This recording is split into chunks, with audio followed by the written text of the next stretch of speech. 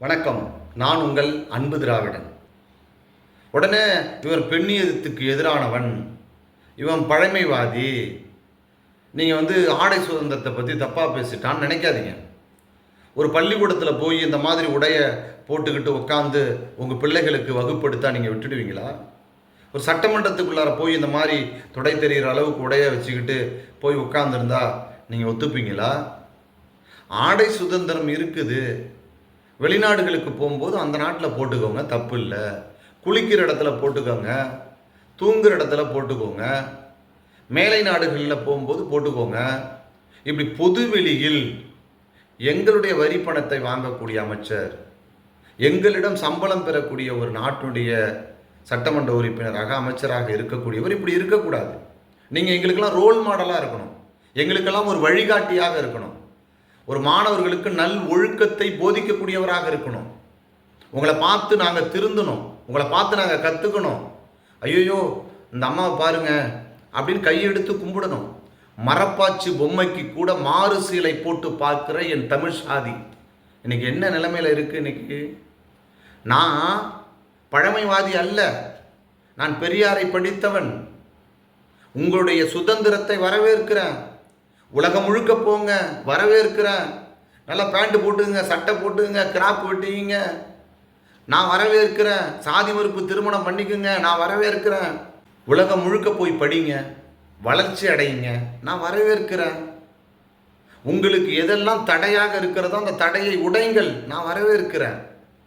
ஆனால் திடீர்னு இப்படி உடையை குறைக்கிறத போய் எப்படி நான் ஒத்துக்க முடியும்? இன்னொரு 50 வருஷம் கழிச்சு அந்த மாதிரி தான் எல்லோரும் இருக்கிறார்கள் என்று சொன்னால் அன்னைக்கு நீங்கள் இருங்க, நான் ஒத்துக்கிறேன், தப்பு கிடையாது. இப்போ உடம்புல இருக்குன்னா எல்லா இடத்துலையும் சதை பிடிச்சாதான் உடம்பு போட்டிருக்கு, சதை பிடிச்சிருக்கு, அழகாக இருக்குன்னு. ஒரு இடத்துல மட்டும் வீங்கி இருந்தால் அதுக்கு பேர் வீக்கம் தானே. உடல் முழுவதும் சதை போட்டால் தான் சதை போட்டிருக்குன்னு அர்த்தம். ஒரு இடத்துல மட்டும் பெருசாக வீங்கிச்சு உண்டையாக இருக்குன்னா அது வீக்கம் இல்லையா?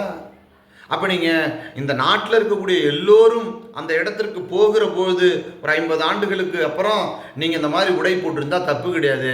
ஆனால் இன்றைக்கி இருக்கிற சூழ்நிலை இந்த மாதிரி உடை போட்டுட்டு போனீங்கன்னா இது என்ன அலட்சம்? உடனே நான் கலாச்சார சீரழிவு, கலாச்சார கேடு, கலாச்சாரத்தை கெடுத்து விட்டீர்கள்னு குரல் கொடுக்கல. ஆனால் கொஞ்சம் அடக்கி வாசிக்கலாம்ல. நான் சொல்வதில் நியாயம் இருக்கா இல்லையா? நான் பொதுமக்கள்கிட்டதே நியாயம் கேட்குறேன். ஒரு ஆசிரியர் வேலையில் இருக்கக்கூடிய தலைமை ஆசிரியர் இப்படி உடை அணிய முடியுமா?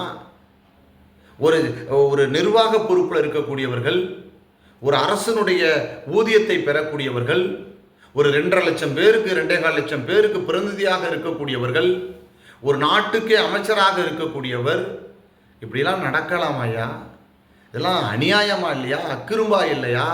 அருள் கூர்ந்து இந்த மாதிரியான ஒரு ஆணவ போக்கு, திமிர் போக்கு, அலட்சியமாக நினைப்பது, மக்களை அலட்சியமாக நினைப்பது, நம்ம சர்வதிகாரம் மாதிரி நம்ம செய்கிறதெல்லாம் சரின்னு நினைக்கிறது, இதெல்லாம் கைவிடுங்க. என்ன இந்த மக்களுக்கு தேவையோ அதை செய்யுங்க. இந்த மக்களுக்கு என்ன கொடுக்க வேண்டுமோ அதை கொடுங்க. அறிவை கொடுங்க, கல்வியை கொடுங்க. உங்களுடைய ஆற்றல் மூலமாக தொழில், வெளியில் இருக்கக்கூடிய தொழிற்சாலைகளை கொண்டு வந்து கொடுங்க. இந்த மக்களுக்கு வேலை வாய்ப்பை உருவாக்கி கொடுங்க. இந்த மக்களுக்கு என்னென்ன செய்ய முடியுமோ அதெல்லாம் செஞ்சு இந்த மக்களை ஏற்றம் பெற செய்யுங்க.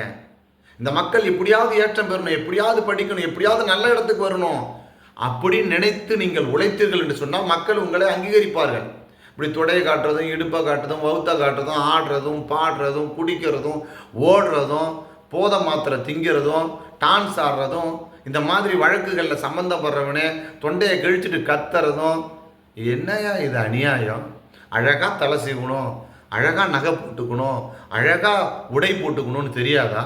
உங்களுக்கு பிடித்த உடையை போடுங்க, உங்களுக்கு எது சௌகரியமோ அதை போடுங்க. நான் இதைத்தான் போடணும்னு சொல்லலை, ஆனால் உடலை மறைத்து கொள்ளுங்கள் என சொல்ல கடமைப்பட்டு இருக்கிறேன். அருள் கூர்ந்து இனிவரும் காலங்களில் இப்படி ஒரு தவறை நீங்கள் செய்யாதீர்கள் என அன்பு வேண்டுகோள் விடுக்கிறேன். நன்றி, வணக்கம்.